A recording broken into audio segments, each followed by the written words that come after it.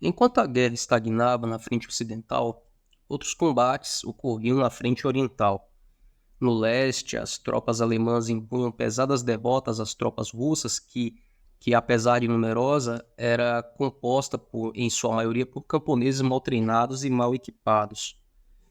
Em novembro de 1917, uma revolução na Rússia levou ao poder um governo socialista que, atendendo ao apelo popular, retirou o país da guerra e, em março do ano seguinte, assinou a paz com a Alemanha.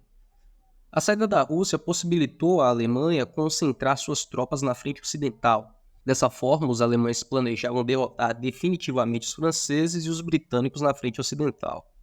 No início do conflito, os Estados Unidos adotaram uma posição de neutralidade. Embora fornecesse dinheiro, armas e artigos manufaturados aos membros da Entente, os norte-americanos temiam o acelerado crescimento industrial da Alemanha, sendo mais interessante para eles a vitória da Grã-Bretanha. Em abril de 1917, submarinos alemães atacaram navios norte-americanos que transportavam suprimentos aos países da Entente, o que fez com que os Estados Unidos declarassem guerra à Alemanha.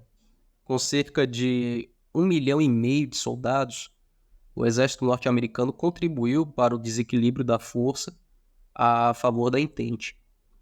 Após uma série de vitórias, os exércitos da Entente obrigaram o exército alemão a recuar, e em 9 de novembro de 1918, o imperador Guilherme II abdicou do trono alemão e dias depois, 2 dias depois para ser mais exato, uma declaração enviada a Paris pelo novo governo alemão assinou a rendição da Alemanha.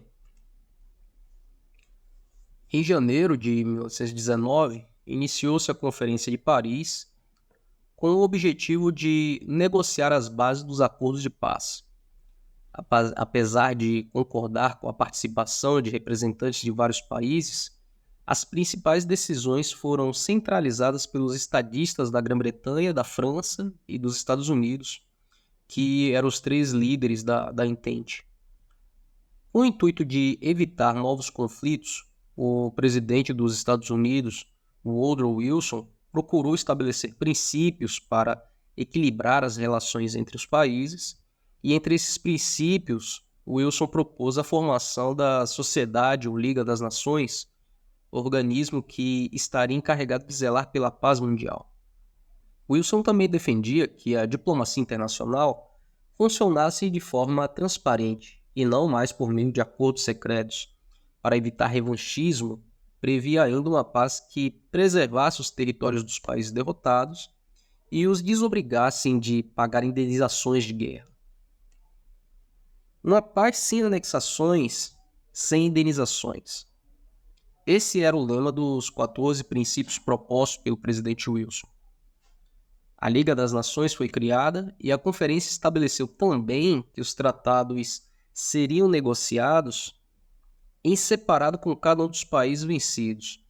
No entanto, franceses e britânicos não aceitaram a proposta dos Estados Unidos de preservar os países perdedores, e com o desmantelamento dos impérios otomano e austro-húngaro, todo o ônus da guerra recaiu sobre a Alemanha. Ela não teve escolha senão aceitar as determinações do Tratado de Versalhes, assinado em junho de 1919. O tratado a obrigava a devolver as ricas regiões mineradoras da Alsácia-Lorena para a França, obrigava também a pagar uma pesada indenização aos vencedores e a ceder seus territórios coloniais. Além das terríveis perdas humanas e dos danos ambientais e materiais, a Primeira Guerra Mundial causou grande mudança em todo o mundo. Temos aqui um destaque. Os países europeus passaram de credores a devedores, assumindo uma dívida de cerca de 10 bilhões de dólares com os Estados Unidos, que se tornaram, assim, a principal potência mundial, lugar ocupado até então pela Grã-Bretanha. Uma verdadeira onda de greves operárias varreu a Europa, motivadas por um grande descontentamento social. A escassez de mão de obra masculina massivamente recrutada para a guerra permitiu que um grande número de mulheres ingressasse no mercado de trabalho. A atuação feminina no esforço de guerra ajudou a fortalecer movimentos pela emancipação feminina, como ocorreu na Grã-Bretanha em 1918, e que regulamentou o direito de voto para as mulheres maiores de 30 anos. formaram-se governos autoritários na Europa, fortemente militarizados e caracterizados por um nacionalismo extremo. Com o fim dos impérios alemães, austro-húngaro e turco-otomano, surgiram novos países na Europa, a exemplo a Áustria, Hungria, Tchecoslováquia, Reino dos Sérvios, Croatas, Eslovenos, que é a Iugoslávia. E com o fim do Império Russo, formaram-se, além da Rússia Soviética, a Finlândia, a Estônia, a Lituânia e a Polônia. A economia norte-americana conheceu uma fase de prosperidade e esperança. No entanto, o entusiasmo não duraria muito. Uma crise econômica arrasaria e abalaria o país no final da década de 20 e repercutiria em quase todo o mundo. A humilhação dos alemães alimentou o sentimento de revanche e o nacionalismo de seu povo, que levariam 20 anos depois a um novo conflito mundial. Durante a Primeira Guerra Mundial, inovações científicas e tecnológicas que marcaram a Segunda Revolução Industrial, como a invenção do motor a combustão, do avião, os novos métodos de fabricação de aço e os avanços da indústria química, foram utilizados sistematicamente para fins bélicos. Um dos exemplos mais terríveis da utilização da tecnologia a serviço da morte foi o uso de armas químicas contra tropas inimigas e até mesmo contra civis. A primeira experiência com essas armas aconteceu em 1915, quando os alemães lançaram gás cloro contra um regimento franco-argelino. Em 1916, uma substância altamente letal, gás mostarda, passou a ser utilizada na guerra. Esse gás ele atacava as vias respiratórias, provocando queimaduras e erupções na pele e causou muitas baixas durante o conflito.